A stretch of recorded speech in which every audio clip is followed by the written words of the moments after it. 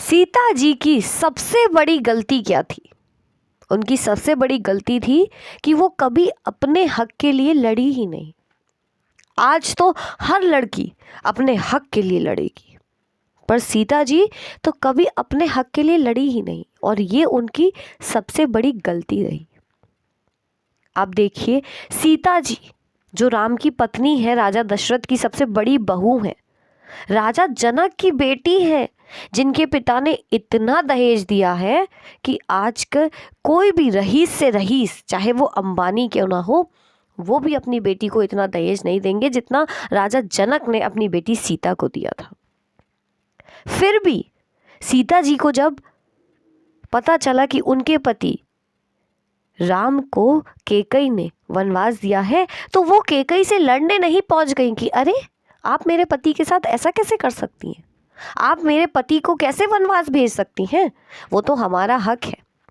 सीता जी नहीं लड़ी, यही तो उनकी सबसे बड़ी गलती थी।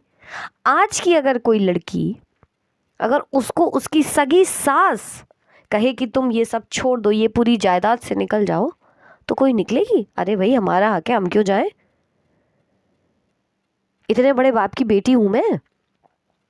पर सीता जी ने अपने पिता राजा जनक की कभी धौंस नहीं दी कि मैं तो इतने बड़े राजा की बेटी हूं, फूलों में पली हूं, इतने नौकर चाकर थे, इतना दहेज मेरे पिता ने दिया था, और आप मुझे वनवास भेज रही हैं, मुझे और मेरे पति को वनवास क्यों भेज रही हैं?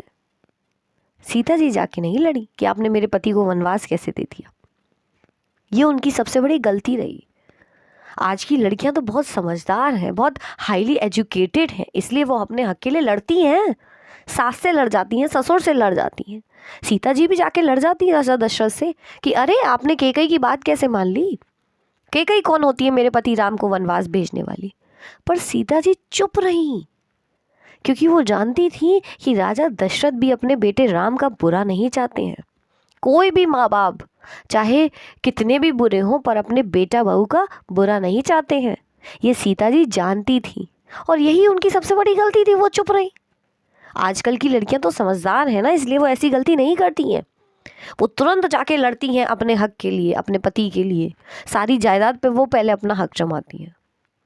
और सीता जी ने एक झटके में, एक सेकंड में सब कुछ छोड़ दिया।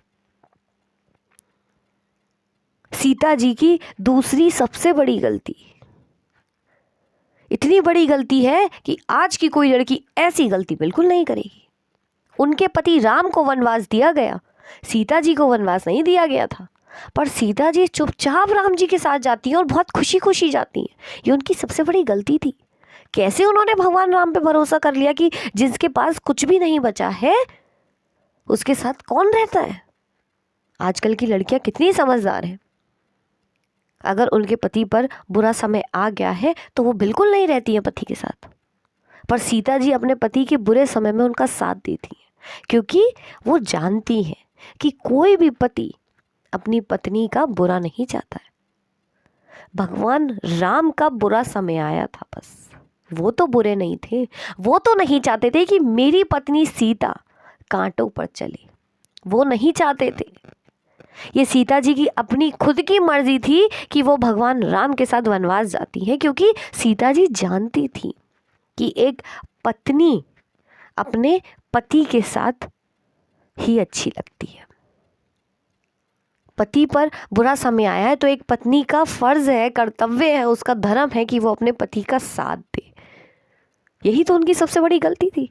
आजकल की लड़कियां तो बहुत समझदार हैं, हाईली एजुकेटेड हैं, इतने अच्छे परिवार से आती हैं, तभी तो वो अपने ससुराल में आके अपने मायके की धौंस देती हैं। सीता जी भी चाहती तो धौंस दे सकती थी भगवान राम को कि देखो, मेरे पिता ने तो इतना दहेज दिया था, इतने गहने दिए थे, और आपके साथ मैं साधारण लड़की, औरत बन के जा रही हूँ, जो इतने गहनों में लदी रहती थी, वो सारे गहने उतार के चली जाती हैं, बहुत ही साधारण कपड़े पहनती हैं, क्योंकि मेरे पति ने साधारण पहने हैं, मेरे पति साधारण जीवन जी रहा है, तो मैं कैसे रानी का जीवन जी सकती हूँ।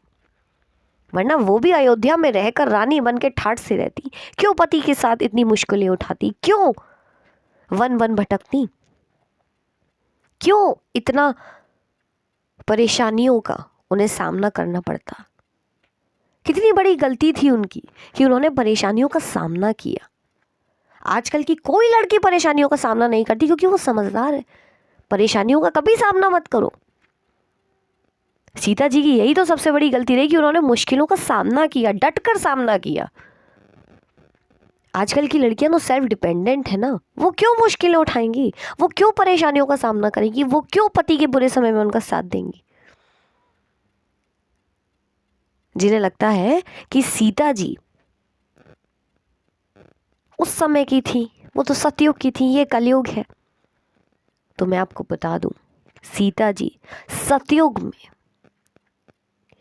इतनी पढ़ी लिखी थी कि आज की जो आप पढ़ाई कर रहे हो ना, वो बिल्कुल फेल है। वेदों का, शास्त्रों का इतना ज्ञान था उन्हें कि हम सोच भी नहीं सकते, इतनी ज्ञानी थी वो। सीता जी कोई साधारण मनुष्य नहीं थी, वो स्वयं देवी थी, देवी। साधारण स्त्री नहीं थी वो, तभी तो इतनी मुश्किलें उठा ली। साधारण लोग इतनी मुश्किलों का सामना नहीं उठा पाते। जो लोग मुश्किलों का सामना कर लेते हैं वो साधारण नहीं रह जाते। फिर सीता जी कोई साधारण स्त्री नहीं थी, इसीलिए उन्होंने इतनी मुश्किलों का सामना किया। जो इंसान मुश्किलों का सामना करता है, चाहे वो स्त्री हो या पुरुष हो, आदमी औरत कोई भी हो, जो मुश्किलों का सामना करता है ना, वही जीवन में कुछ बनता है। अगर ऐसी गलतियां हम और आप भी कर लेना तो हम जीवन में बहुत आगे चले जाएं। पर आज कोई ऐसी गलती करना ही नहीं चाहता। हम क्यों इतनी बड़ी गलती करें कि हम परेशानियों का सामना करें, मुश्किलों का सामना करें, बुरा समय देखें। हम क्यों एडजस्ट करें? सीता जी ने एडजस्ट किया, हम नहीं करेंगे। हम सीता नहीं बनेंगे, हम तो आज की केकई बनेंगे। केकई अपने हक के लिए लड़ी थी ना, तभी तो आज केकई का नाम कोई नहीं रखता है। केकई को कोई देखना भी पसंद नहीं करता। केकई का नाम सुनते ही लोगों के अंदर एक क्रोध उत्पन्न हो जाता है, और सीता जी का नाम सुनते ही इज्जत, सम्मान, प्यार उमड़ता है कि एक ऐसी स्त्री भी होती है जो अपने पति के लिए बुरे समय में उनके साथ खड़ी होती है, क्योंकि उस पत्नी को अपने पति पर भरोसा होता है। सीता जी की अग्नि परीक्षा तक हो गई, पर अपने पति से उफ तक नहीं किया, क्योंकि वो जानती थी कि सच तो कभी ना कभी सामने आता था। पूरी दुनिया को मालूम है कि सीता जी कहीं गलत नहीं थी, फिर भी उनकी अग्नि परीक्षा हुई।